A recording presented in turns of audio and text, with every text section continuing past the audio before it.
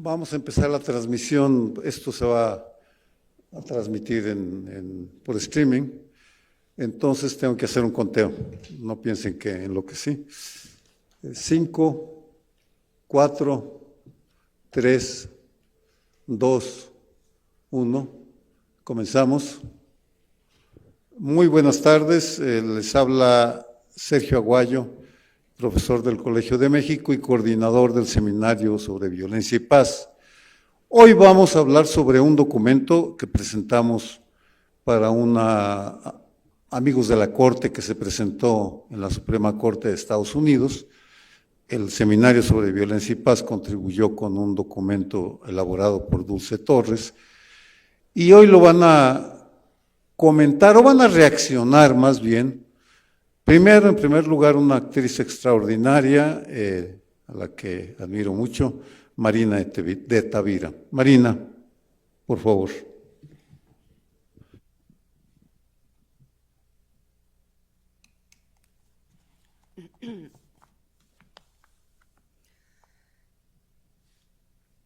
Uno, las fechas como los nombres son lo más importante.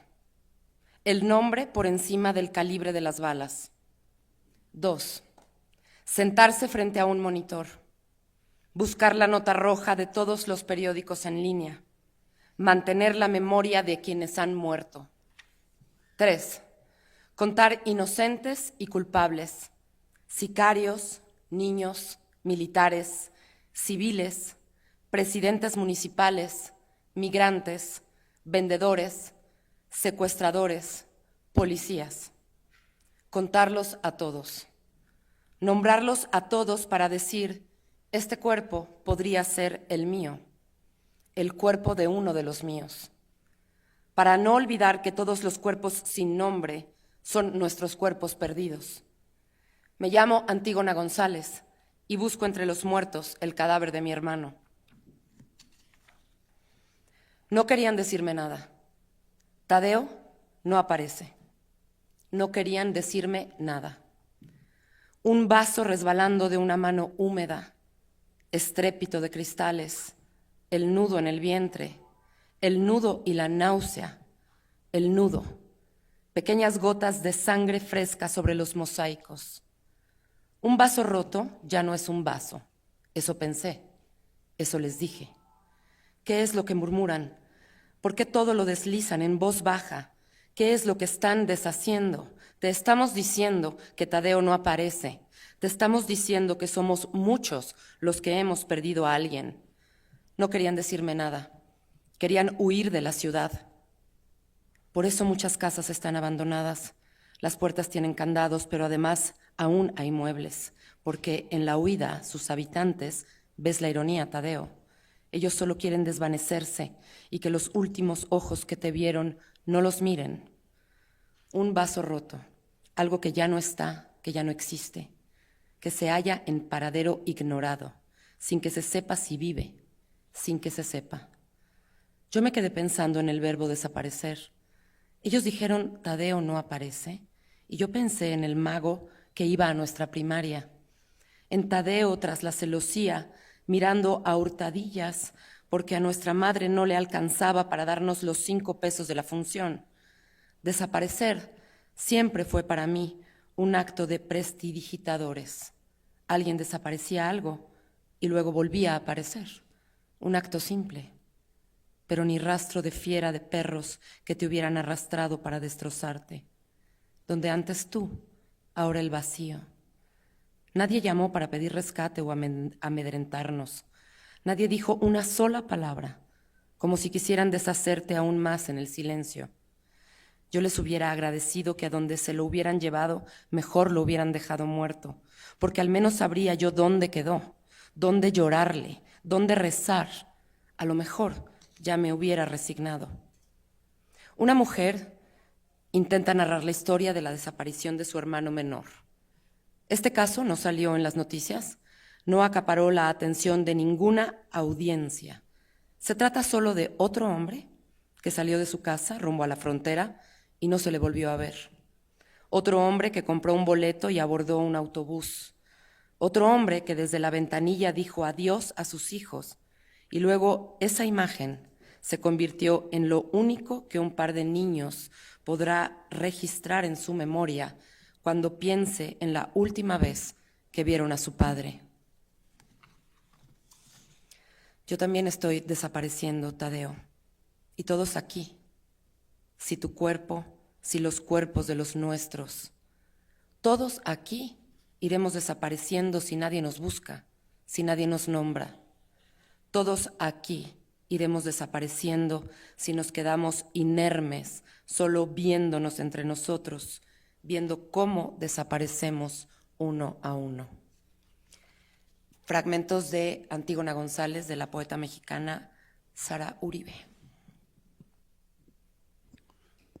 Muchísimas gracias, Marina, por empezar este evento como debe ser, reconociendo el protagonismo de las víctimas. Este evento, organizado por la Fundación Colmex y el Seminario sobre Violencia y Paz, nace en el Colegio de México por un hecho que no todo el mundo sabe. El Colegio de México surge como una reacción civilista a la violencia de la Guerra Civil Española.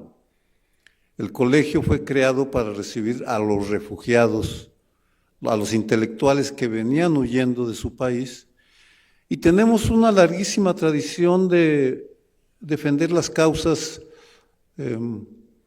mejores de la civilización occidental, de la civilización mundial. Y en ese sentido, el Seminario sobre Violencia y Paz se dedica a hacer investigación aplicada, entender la violencia para enfrentarla, para combatirla, para contenerla. Y una de las orígenes de la epidemia de violencia que padecemos son las armas que nos llegan desde Estados Unidos, desde siempre, la guerra, en todas nuestras guerras, Estados Unidos ha sido un proveedor de armas. Eso ha ido creciendo y en 2021 Alejandro Celorio, que en ese momento era consejero jurídico de la Secretaría de Relaciones Exteriores, decide, contra la opinión de un buen número de funcionarios, demandar a las compañías productoras de armas.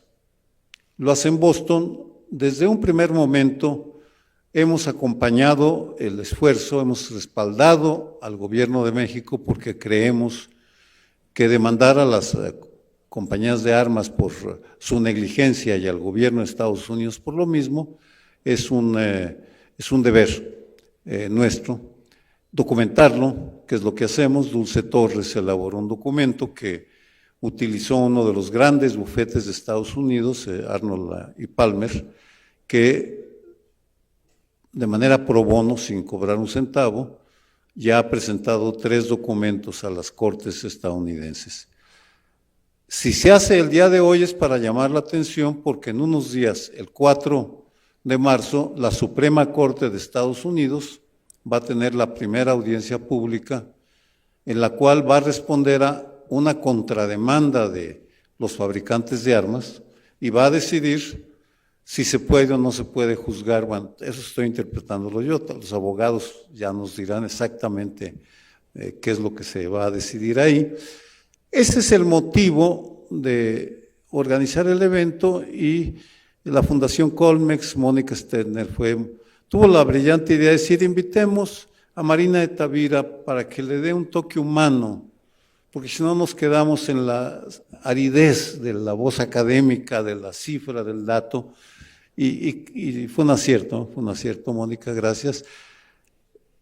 Interrumpo, van a comentar este documento que está libre, gratuito, va a circular en redes, todo lo que producimos es gratuito, aclaro, para eso buscamos financiamientos para poder entregar nuestro conocimiento. Va a haber 2 comentarios. El primero es de Eduardo Guerrero, egresado del Colegio de México. Él dirige uno de los grandes centros de investigación, Lantia Intelligence, que estudia la violencia. Eduardo, por favor. Gracias, Sergio. Bueno, pues también estaba pensando en una intervención que un poco evitara la aridez de estar mencionando muchos datos y un poquito insertar mi intervención en la coyuntura actual, porque este tema de las armas y de la violencia en México pues está ahorita más presente que nunca en el debate público, sobre todo las declaraciones, las órdenes ejecutivas del presidente Trump, el tema tenebroso de que van a designar pronto algunas organizaciones criminales como organizaciones terroristas foráneas, lo cual trae varias implicaciones complejas para México, pero también para Estados Unidos.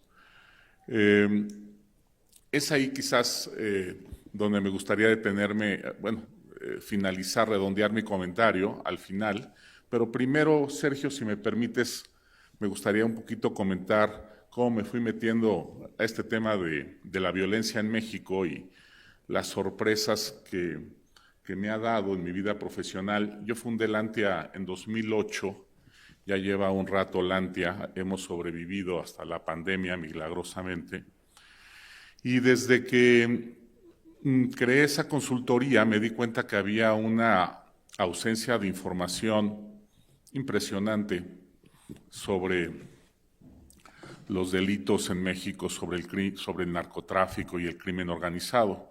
Como ustedes saben, en la última década y media se ha transformado completamente el mapa y el panorama criminal de México. El homicidio ha crecido de manera exorbitante. Tan solo entre 2007 y 2011 se triplicó la tasa de homicidio, luego tuvo una baja y luego volvió a aumentar a niveles extraordinarios al final del sexenio de Peña Nieto. Y durante el sexenio de Andrés Manuel López Obrador, básicamente se estancó en niveles muy altos con una moderada caída en la segunda mitad de ese sexenio, ¿no? El crimen organizado ha ido mutando gradualmente de un crimen organizado muy violento, muy expansionista, y en donde se han registrado múltiples epidemias de violencia. La epidemia de violencia tiene la característica justamente de que se comporta como una epidemia biológica o sanitaria. Es decir, una vez que cruza un espectro crítico o una alerta epidémica, como le llaman, esa violencia se vuelve incontrolable y puede durar varios años para que el gobierno, la autoridad pueda atemperar el crecimiento y reducirlo, ¿no? Por ejemplo, la epidemia de Ciudad Juárez de violencia pues duró casi 3 años, lo mismo que la epidemia tijuanense, que ha regresado, por cierto. También tenemos una epidemia de violencia en Ciudad Juárez, aunque los empresarios se enojan un poco cuando uno les dice eso y se defienden diciendo que todos los delitos han disminuido en Juárez, menos el homicidio. Pero bueno, sea como sea, el homicidio sigue estando altísimo en Ciudad Juárez, es la tercera ciudad con más homicidios en México. Y ahora tenemos el ascenso de Culiacán, que se coloca como la primera ciudad más violenta del país desde la crisis de la escisión de la cúpula por la extracción de su líder histórico Ismael El Mayo Zambada, ¿no? Entonces, algo extraordinario de este país es que poco más de 2/3 partes de los homicidios, casi el 70% de los homicidios dolosos mexicanos, están vinculados con el crimen organizado. Y eso lo sabemos por el tipo de armas que se utilizan para asesinar a las víctimas. Generalmente son armas de alto poder, armas largas, rifles, ametralladoras. La cantidad de masacres que tenemos en México, muchas tienen que ver con justamente rafagueos en locales a pie de calle, establecimientos como restaurantes o bares, en donde frecuentemente de manera indiscriminada llegan 3, 4 sicarios y barren con todo mundo, ¿no? Meseras, empleados del bar, asistentes inocentes y matan a los 4 por los que iban, pero se echaron a 20, ¿no? Como sucedió hace poco en Querétaro y en Celaya, que son las masacres más tremendas que hemos tenido en las últimas semanas, ¿no? Cuando yo empezaba en este asunto de consultor en estos temas, fui a darme una vuelta a Río de Janeiro y a Sao Paulo para estudiar el crimen organizado brasileño ya hace muchos años. Y un buen amigo mío, Brian Winter, que ahora dirige una revista muy buena sobre Latinoamérica en inglés, me dijo que si quería ir a platicar con Fernando Enrique Cardoso. Y Fernando Enrique ya obviamente no era presidente, pero un hombre pues muy ilustrado en el tema del crimen organizado latinoamericano, y cuando tuve la oportunidad de platicar con él ahí en su casa, me dijo: Eduardo, te tengo muy malas noticias. Tu país la va a pasar muy mal en los siguientes años. El crimen organizado de ustedes no tiene nada que ver con el crimen organizado sudamericano. Es un crimen mucho más próspero, mucho más potente, con mucho más capacidades de producir violencia, de sobornar autoridades, por el hecho de que son vecinos del mayor mercado de drogas en el mundo, de consumidores. No me dijo el tema de las armas, no tenía datos de las armas en aquel momento, pero me dijo: mira, mi amigo Ernesto Zedillo me acaba de comentar que solo un cártel, el de Sinaloa, tiene el mismo número de aeronaves que Aeroméxico. Dijo número de aeronaves, no que era el mismo tipo de aeronave, sino las avionetas que tenía en aquel entonces el Chapo Guzmán equiparaban a la flota de Aeroméxico, solamente un cártel. Entonces me dijo: esto se avecinan malos tiempos, la capacidad también para comprar armas es enorme, y francamente, Eduardo, yo no creo que tu país, México, y esto lo he platicado con el presidente Zedillo, tenga las capacidades para enfrentar lo que viene, ¿no?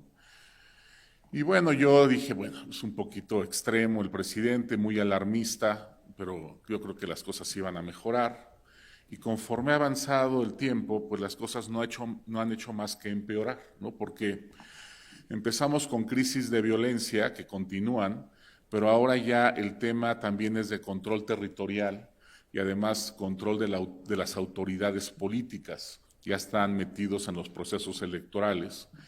Y pues sí, ya podemos hablar claramente de una captura del Estado a nivel subnacional y de una pérdida de soberanía, ¿no?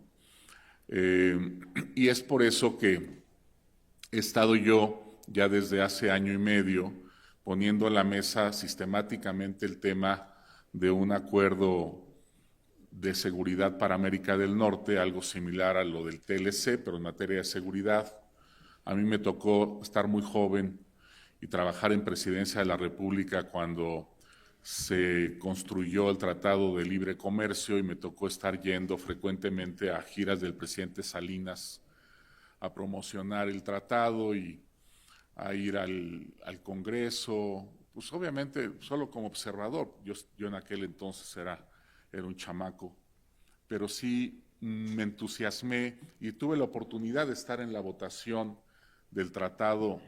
Me invitaron los diputados de Delaware, y cuando ganamos, cuando se votó a favor del tratado, me dijeron: Eduardo, te felicitamos porque tu país acaba en este momento de moverse al primer mundo. Y dije: wow, ya somos parte del primer mundo y ya vamos a dejar atrás muchos problemas. No fue tan difícil convertirnos en un país del primer mundo, bastó con una votación aquí en el Capitolio, y me salí muy contento del Capitolio con un grupo de mexicanos. Me acuerdo que estaban los del PRD protestando, y les dije, yo pensaba, ¿no? Ellos no entienden que nosotros acabamos de pasar al primer mundo.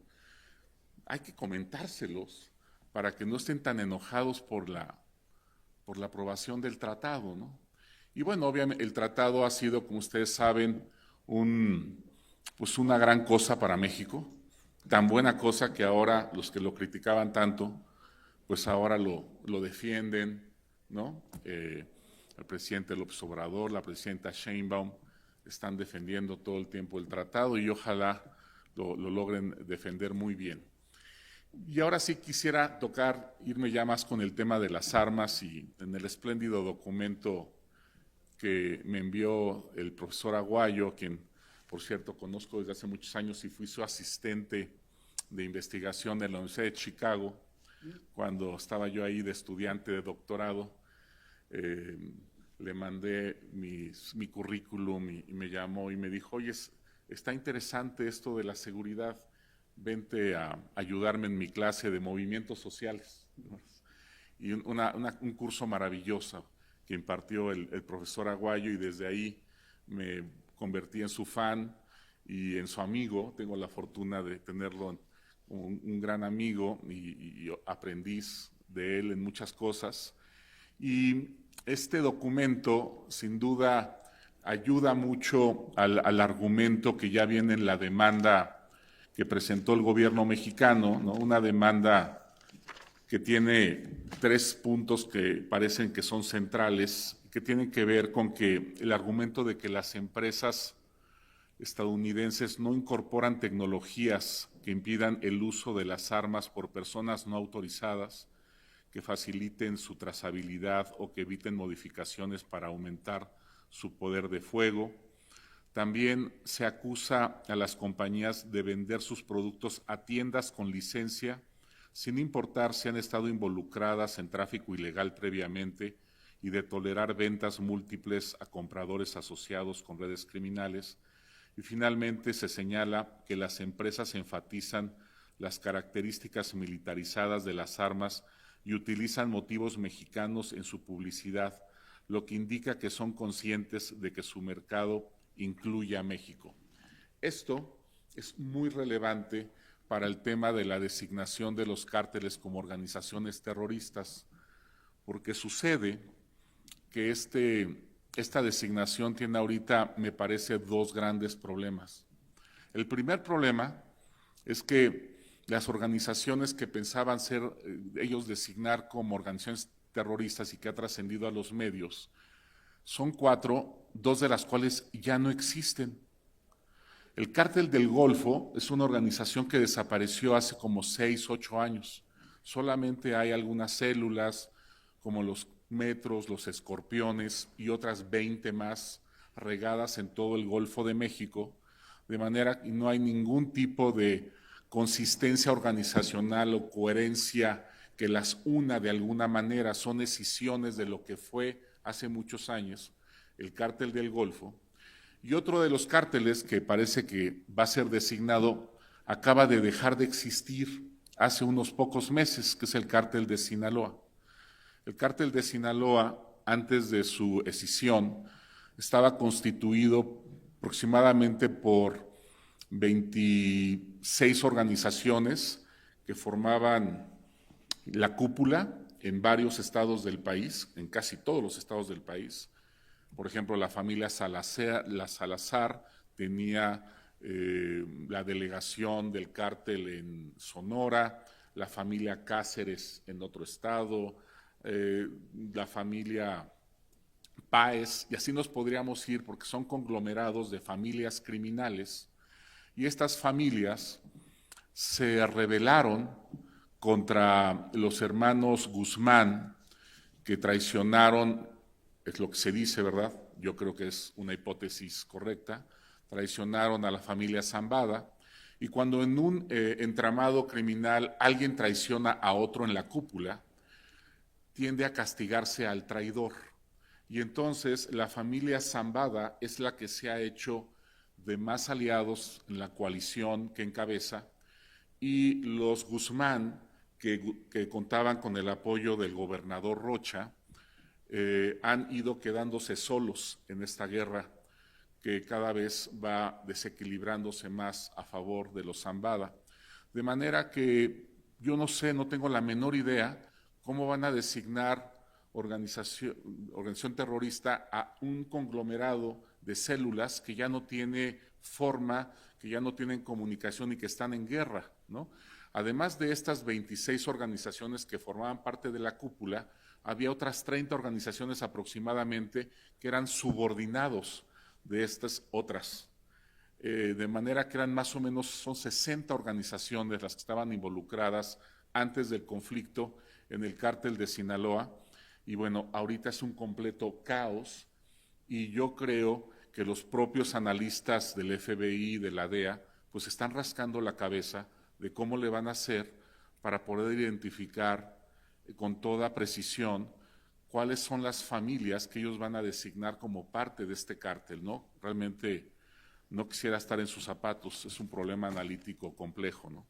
Y el segundo problema, y aquí viene lo de las armas, es que se acaban de dar cuenta que los castigos y las sanciones que traería esta designación serían más bien de orden doméstico y en ellas estarían involucradas muchísimas empresas estadounidenses que han vendido armas a México, a los cárteles mexicanos, pero esto va mucho más allá que eso, porque no solo se trata de los empresarios que uno podría entender que quieren vender más armas para ganar más dinero, sino que hay, y esto lo acabo de, yo no soy ningún experto en este tema, pero me puse a leer algunas cosas, los estados del sur de Estados Unidos tienen unas leyes más laxas para la venta de armas si los comparamos con los estados del norte de Estados Unidos. Entonces esto quiere decir que probablemente ha habido un trabajo de cabildeo, no solamente de los empresarios de las armas que operan en el sur de Estados Unidos, sino también de los cárteles en los congresos estatales de Estados Unidos, y probablemente hay también ya una complicidad de las clases políticas locales de algunos estados con líderes criminales mexicanos para aflojar las leyes y poder ellos adquirir también más armas. O sea, no solamente fue un cabildeo de los empresarios que venden armas, sino probablemente también de los propios líderes criminales que querían que estos legisladores relajaran varias restricciones para la adquisición de armas. De manera que yo creo que conforme le vayamos escarbando a este asunto, y ya creo que lo están haciendo los estadounidenses, se van a empezar a asustar de que en ese espectro que ellos veían como el crimen mexicano, una vez que empiecen a mover la neblina y la opacidad del espejo, se van a encontrar con rasgos de su propia imagen, ¿no? Y eso va a generar un problema muy grave al interior, y esa es la razón central por la que me parece que no respetaron la fecha límite para la designación de cárteles, porque una vez que se pusieron en el escritorio a ver cómo le iban a hacer, se dieron cuenta de que la tarea era mucho más compleja de la que habían imaginado previamente, y que aquí habría sanciones a un montón de actores domésticos que les traería muchísimos problemas, no solamente de carácter político electoral, tiene que ver con la base de apoyo del Partido Republicano, sino también con corporativos y empresas, y posiblemente también los llevaría, como les digo, hasta con legisladores estatales en varios estados como Texas, Arizona, Nuevo México, etcétera. Entonces el asunto está muy complejo. Les recomiendo mucho que lean el documento que produjo el seminario que comanda, ¿qué palabra, comandar? Que dirige el profesor Aguayo, porque nos da también con números muy certeros y muy interesantes, pues como la dimensión de la violencia mexicana con armas de fuego, y también nos da estimaciones de las incautaciones que ha habido y de lo pues indolente, irresponsable, incapaz que ha sido también el gobierno mexicano con este tema, ¿no? Hay muchos asuntos que alrededor de una investigación sobre el tema de las armas en México, ya voy a terminar, tomo un minuto más, y tiene que ver con el tema de, en el escenario hipotético en el que pudiéramos empezar a reducir las armas que vienen de Estados Unidos, dónde comprarían las armas los cárteles mexicanos y cuánto se incrementaría el precio, y si el incremento en el precio impactaría la demanda. Yo tengo la impresión de que las capacidades financieras de los cárteles soportarían perfectamente un incremento hasta del 200% en el precio, por ejemplo, de las ametralladoras. Pero no sé si más allá de eso ya tendría un problema de elasticidad, ¿no? De que ya la demanda empezaría a bajar, ¿no? Esos cálculos interesantes económicos habría que empezar a modelarlos para ver si realmente también vale la pena tanto esfuerzo,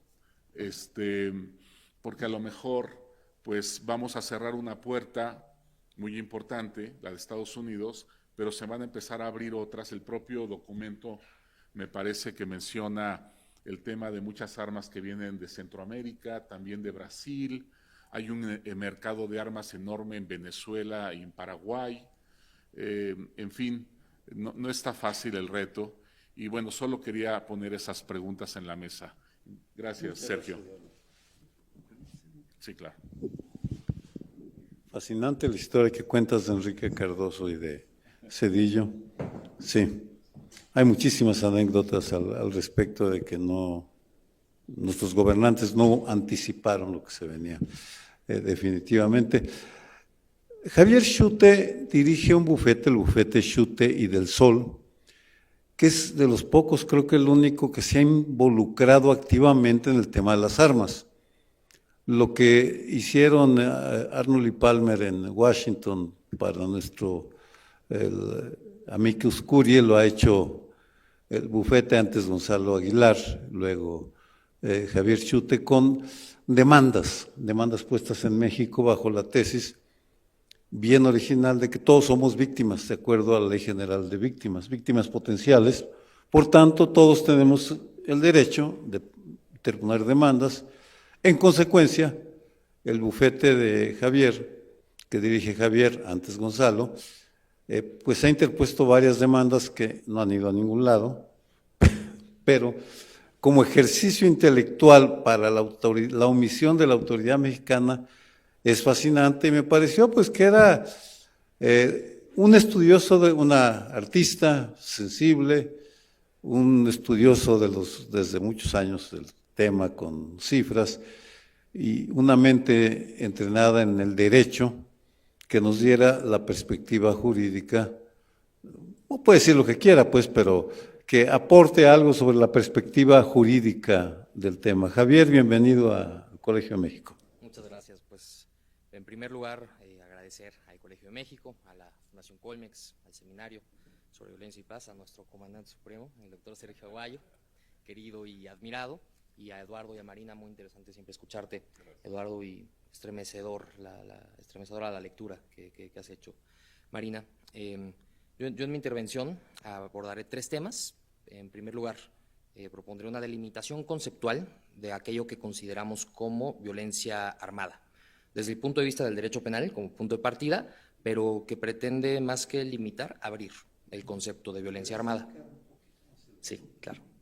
En segundo lugar, señalaré algunos datos, algunos de los que están precisamente en el documento, me sumo a la celebración del mismo, para entender el tamaño de la problemática y que también hacen evidente la necesidad de un enfoque multidisciplinario y de una respuesta bilateral.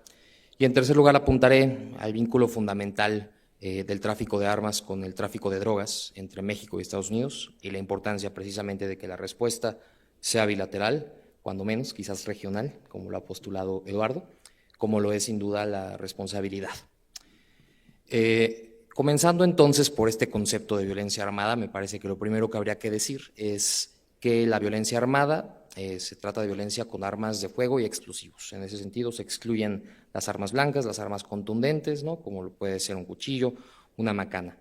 Pero además, por violencia armada, creo que no deberíamos referirnos solamente a los homicidios que se cometen con armas de fuego, sino de entrada entender que la presencia de armas en una sociedad es ya lesiva a derechos y libertades de sus miembros. Por cierto, las armas en una sociedad tienen un impacto diferenciado según vulnerabilidades por sexo, género, raza, edad, condición económica, entre otras categorías sospechosas. Es decir, la violencia con armas de fuego y explosivos debe abordarse con un enfoque de género e interseccional. En Desarma México, lo recordarás, querido Sergio, esta organización a la que pertenecemos, se hizo junto con CACEDE el primer Observatorio Nacional de Violencia Armada y Género, esto en 2015, hace 10 años ya.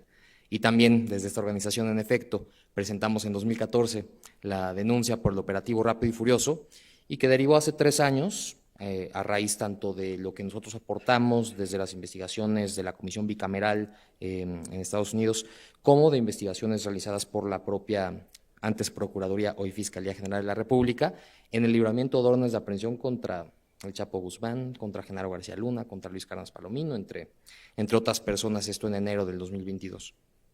Y como decíamos, las armas de fuego no necesitan ser disparadas para generar violencia. Su sola presencia sirve como amenaza y fortalece, la tesis que ha señalado muy puntualmente Eduardo, el control territorial del crimen organizado.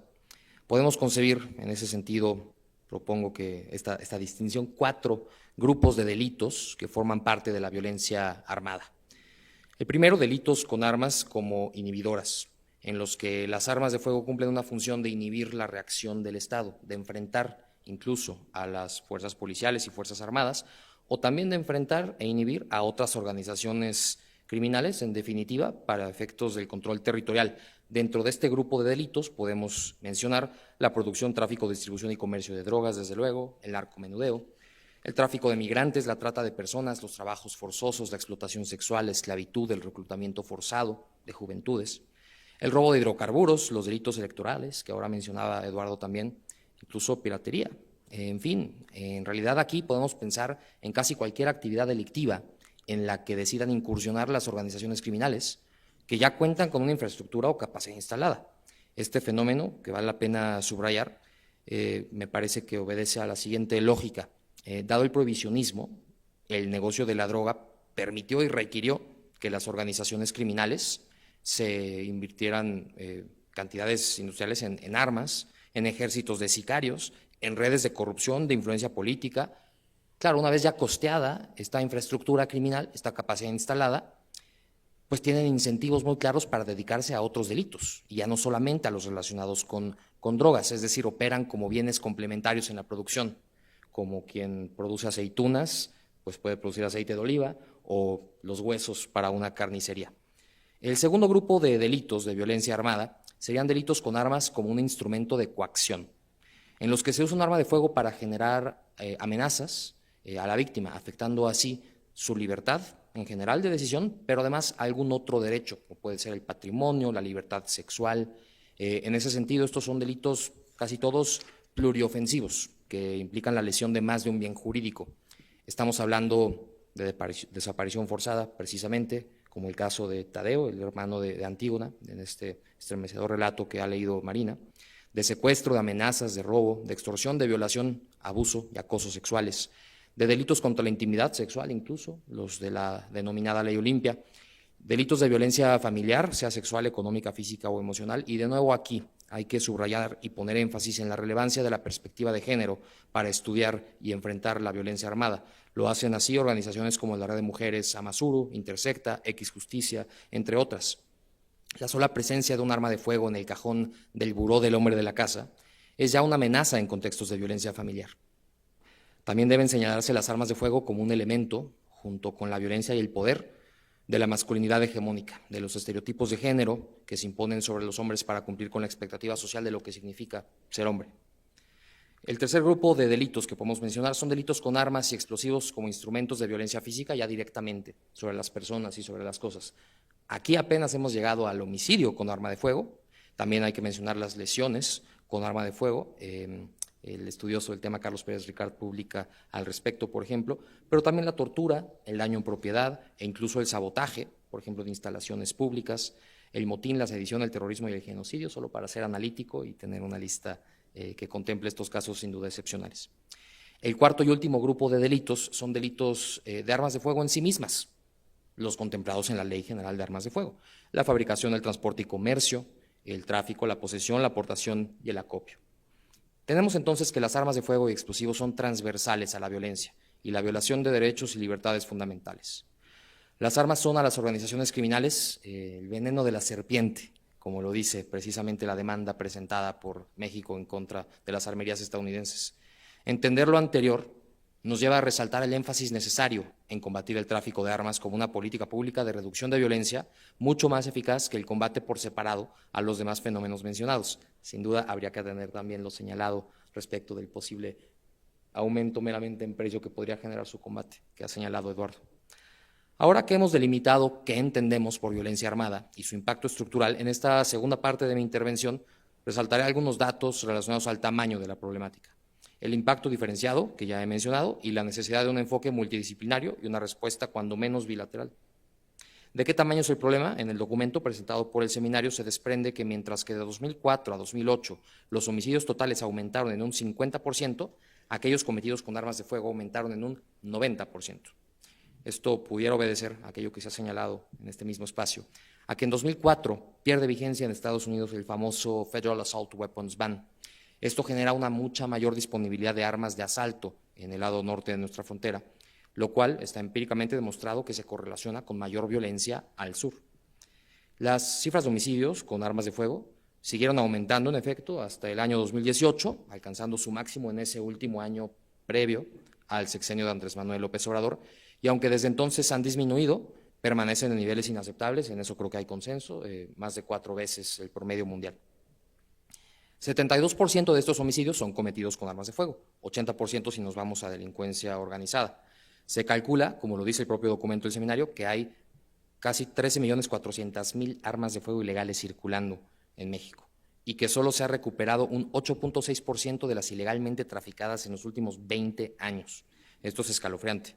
Quizás también lo es un dato que en la mañana extraje de fuentes abiertas de la Fiscalía General de la República.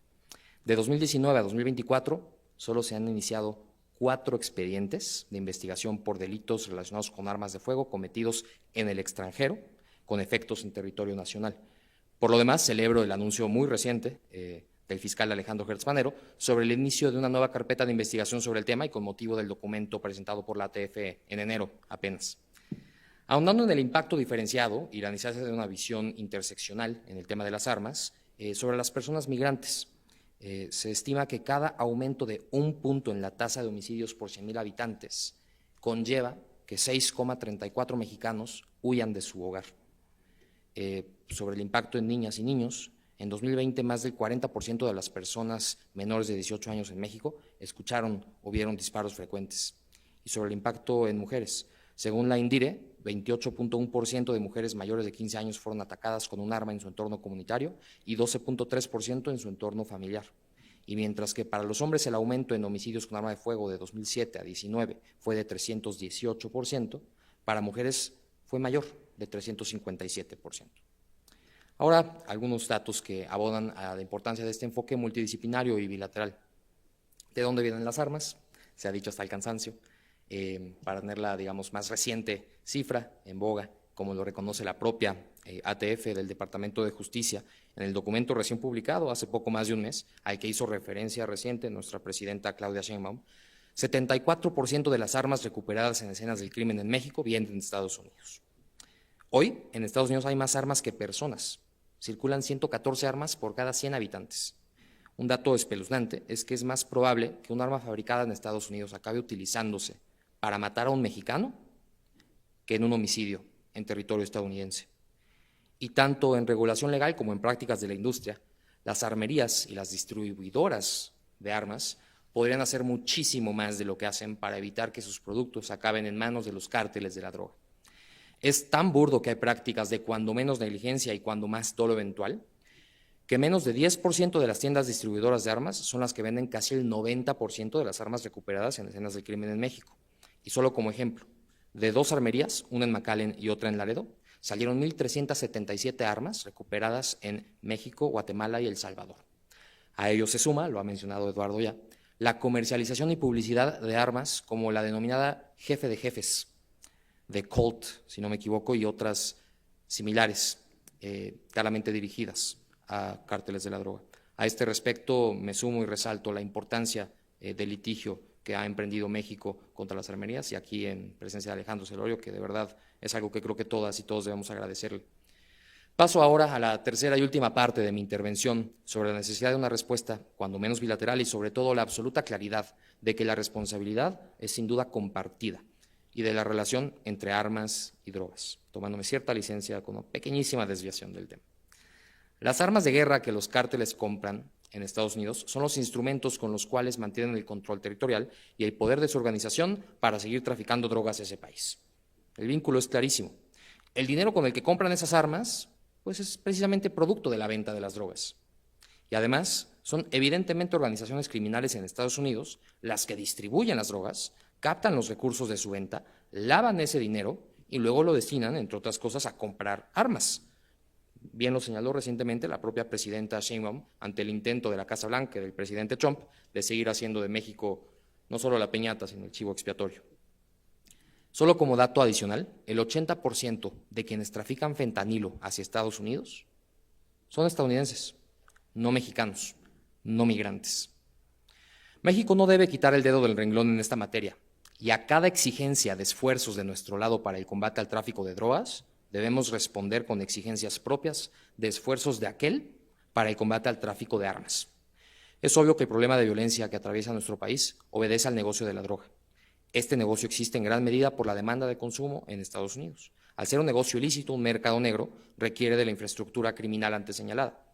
Es decir, sin el prohibicionismo, con la regulación de las drogas, cultivar plantas y hongos y producir sustancias que afectan el sistema nervioso central, comercializarlas y consumirlas, serían actividades protegidas por el derecho, no requerirían de enfrentamientos con la autoridad y con otras organizaciones criminales, por lo tanto, no requerirían de armas de fuego.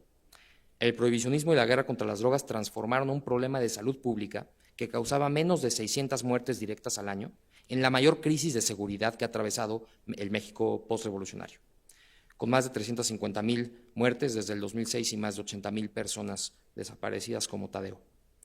Por lo demás, el consumo de drogas no es un problema en sí mismo. Hay dos tipos de consumo: el consumo trastornado por parte de personas consideradas adictas y el consumo no trastornado por parte de personas usuarias. El primero representa solamente el 13%, y esta es una cifra de la Oficina para las Drogas y el Crimen de las Naciones Unidas que, como lo dice su nombre, Drogas y Crimen, es claramente prohibicionista. El prohibicionismo ataca ambos tipos de consumo, innecesariamente, pero además hace mucho más graves los problemas del consumo trastornado, al criminalizar una enfermedad de la salud mental, estigmatizando, aislando y castigando a quien lo que necesita es ayuda y tratamiento. Podría pensarse que el fentanilo u otras drogas supuestamente duras sí deben estar prohibidas, pero en primer lugar, no lo están siquiera ahora. Tienen usos medicinales perfectamente permitidos. Lo que es ilegal es su comercio irregular. Además, se ignora que muchas de las personas que mueren por sobredosis de fentanilo lo consumieron inadvertidamente. No querían consumir fentanilo. Buscaban adquirir otras drogas como la heroína, la ketamina o farmacéuticos como la oxicodona, industria farmacéutica en parte responsable de la crisis actual, y resulta que lo que les vendieron estaba contaminado con fentanilo. E incluso, si alguien quisiera usar fentanilo, sería mucho más seguro que lo hiciera con conocimiento verificable de la cantidad de fentanilo presente en la pastilla, el producto a consumir, de la dosis letal, etc. Todo esto requeriría de la regulación del mercado de drogas, no de su prohibición. Como conclusión, si bien pudiera sonar utópico o irrealizable, lo menciono para no dejar de ver el horizonte. Me parece que la verdadera solución al problema de la violencia armada en México sí pasa por la regulación de las drogas, de la mano de la implementación de mecanismos extraordinarios de justicia transicional y restaurativa en los que se ponga a las víctimas al centro. Lo que no está claro es qué es más difícil: lograr que Estados Unidos acompañe esta estrategia o hacerlo sin nuestro vecino del norte. Muchas gracias.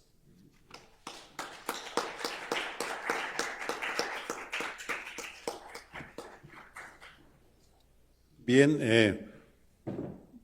antes de pasar al cóctel, que es va a ser el momento de los diálogos y de las preguntas, quisiera pedirle a Marina de Tavira que cierre, bueno, y luego cederle la palabra a Mónica Stetner de la Fundación Colmex, pero a Marina que nos diga desde fuera del problema cuál sería su reacción, cuál sería su último mensaje para cerrar esta sesión. Sí, muchísimas gracias.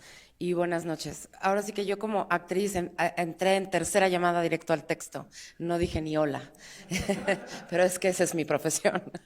Quiero nada más explicarles un poco qué fue lo que leí, por qué lo leí y agradecer esta invitación. No, de ninguna manera soy experta en el asunto que aquí se habla, pero me dedico al teatro y para mí el teatro, el arte, siempre tienen que estar en función de la defensa de la vida. Yo no concibo mi trabajo si no es para mostrar un espejo de lo que somos, a donde nos vamos a mirar como sociedad, aunque muchas veces ese espejo sea desgarrador y tremendamente doloroso. Pero yo entiendo el arte como el vehículo para la toma de conciencia y la toma de conciencia como el vehículo para la acción que pueda llevar a un posible cambio, a un cambio para un mejor mundo para todos y todas. Soy optimista, pero pues no puedo dejar de serlo, ¿no? Creo que el trabajo que todos y todas hacen aquí es porque son optimistas, porque siguen creyendo que se puede, ¿no? Que se puede mejorar un poco y aliviar un poco el tremendo dolor en el que está metida la humanidad desde hace generaciones y generaciones y generaciones atrás. Yo creo que lo que les leí, puedo explicarlo rápidamente, es un texto de una poeta mexicana, Sara Uribe, se llama Antígona González. Yo siempre estuve muy obsesionada con el personaje de Antígona, porque de Sófocles y todas las versiones que se han escrito sobre Antígona es uno de los personajes más escritos y reescritos, porque es ese personaje que se alza contra la injusticia hasta las últimas consecuencias. Pero cuando encontré la Antígona mexicana, me pareció la más dolorosa de todas y aquella que tenía que llevar escena. Y este poema escénico lo estoy trabajando para llevarlo a una puesta en escena a finales de año. Curiosamente es uno de los textos que Sergio me sugirió en leer cuando me mandaste una serie de textos para sensibilizarme sobre el tema. Este estaba en el primer lugar y le dije, lo estoy trabajando. Estas coincidencias de la vida, ¿no? Lo estoy estudiando y lo estoy trabajando y estoy en contacto con la autora. Entonces, la última cosa que quiero decir es que todo lo que hemos escuchado aquí, todos estos números, y lo decía Sergio en una entrevista hace un momento, son vidas. Cada uno de esos números es la vida de alguien que toca la vida de alguien más, que probablemente, a los que les tocó la tragedia, y esa tragedia le toca a toda la familia, y personas que ya no encontrarán consuelo, como el personaje que habla en esta historia. Son anhelos, son personas que amaron, que aman y que otros amaron y aman cada uno de estos números. Y eso es aterrador al escucharlos, ¿no? Al escuchar esas cantidades. Todas son vidas, como las nuestras. Entonces, lo último es, ¿cuál es el otro antídoto? ¿Qué podemos hacer? Lo primero es estar informados y informadas. Me encantó lo que dijiste en la entrevista también hace un momento. El 11º mandamiento es entender la causa de la violencia. Conocerás la causa de la violencia, algo así dijiste, ¿no? Y me pareció maravilloso. Eso es lo que los artistas intentamos hacer, informar desde otro lugar, ¿no? Desde el arte, pero esto también es importantísimo. Lo primero es no vivir en la ignorancia y ya después saber qué hacemos, ¿no? Gracias.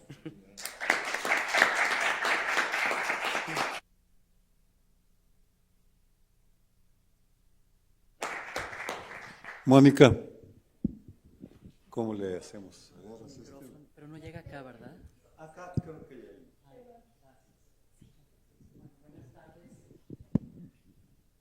Buenas tardes a todos, qué gusto tenerlos aquí en el colegio. Sergio, gracias por haber organizado esta mesa junto con especialistas en este tema tan terrible, y también Marina, gracias por haber aceptado esta invitación.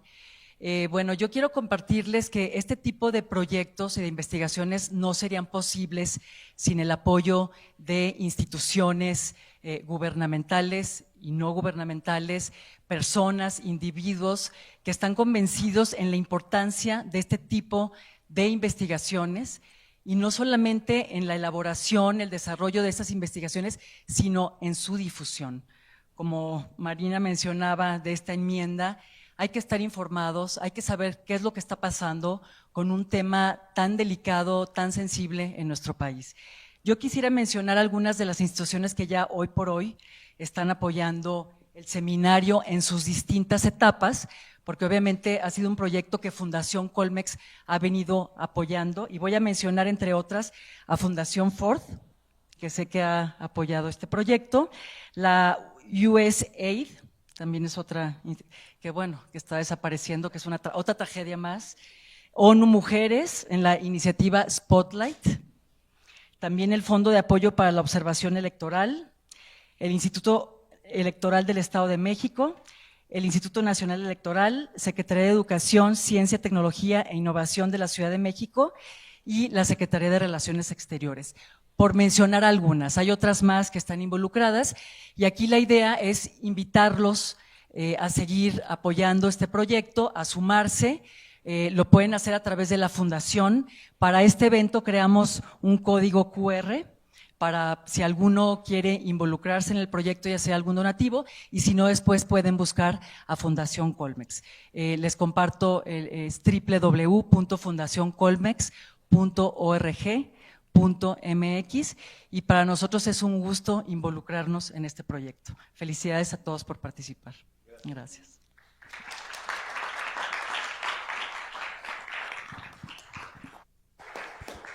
Me piden que nos salgamos unos 5 minutos en los que reacomodan nos van a ofrecer un vino y creo que algunos canapés, en fin, quienes se puedan quedar, ojalá se puedan quedar un rato, nos honraría. Y quienes nos están viendo, gracias por acompañarnos. Este tipo de eventos lo filmamos, lo subimos y luego se reproduce. Ya estamos, el colegio está metido de lleno en la revolución digital. Gracias, Eduardo, Javier, Marina, un honor, un privilegio tenerte y escucharte. Hasta luego y hasta pronto. Salgamos y regresamos.